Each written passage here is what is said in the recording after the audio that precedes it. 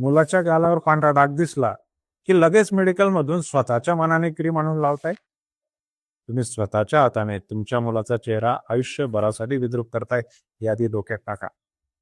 गालावर डाग दिसला की घरातले किंवा शेजारचे शहाणे लगेच सुरू होतात.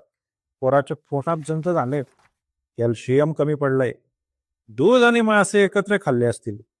हा निव्वळ मूर्खपणा आहे. विज्ञानाचा आणि या फालतू अफवांचा लांब लांबून काही संबंध नाही हे समजून घ्या. या साध्या डागाला मेडिकल भाषेत पिट्रियासिस अल्बा असं म्हणतात. हा कुठलाही कोड नाही, संसर्ग नाही किंवा गंभीर आजार नाही. हा फक्त आणि फक्त तुमच्या मुलाच्या त्वचेचा अति कोरडेपणा आहे, जो उन्हात खेळल्यामुळे जास्त ठळक दिसायला लागतो. पण आपली हुशारी कुठं नडते? आपण त्या डागांवर कडक सुवासिक साबण घासत बसतो, घरगुती उठण्या लावून त्वचा रगडतो, किंवा सगळ्यात डेंजर म्हणजे डॉक्टरांना न विचारता मेडिकल मधून स्टेरॉइडची ट्यूब आणून लावतो. त्वचा सुकल्यामुळे डाग पडले, तिथं उठणं लावून काय डाग घालवताय? तुमची हीच चूक मुलाची त्वचा कायमची पातळ आणि खराब करते. उपाय महागडा नाहीये, खूप साधा आहे. आजपासूनच पोराच्या चेहऱ्यावर दिवसातून 4 वेळा कुठलंही साधं केमिकल नसलेलं मॉइश्चरायझर लावायला सुरुवात करा. दुपारी उन्हात खेळताना सनस्क्रीन लावा आणि शेजारच्या काकूंचे सल्ले ऐकून पोराच्या जेवणात गडबड करू नका.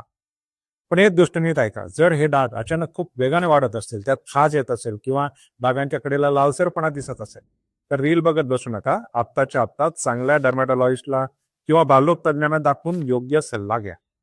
तुमच्या मुलाला बघून अरे याच्या गालावर हे काय झालंय असं म्हणून भीती घालणारे नातेवाईक किंवा शेजारी कोण आहेत, त्यांना हा व्हिडिओ आत्ताच इनबॉक्स मध्ये पाठवून त्यांची बोलती बंद करा.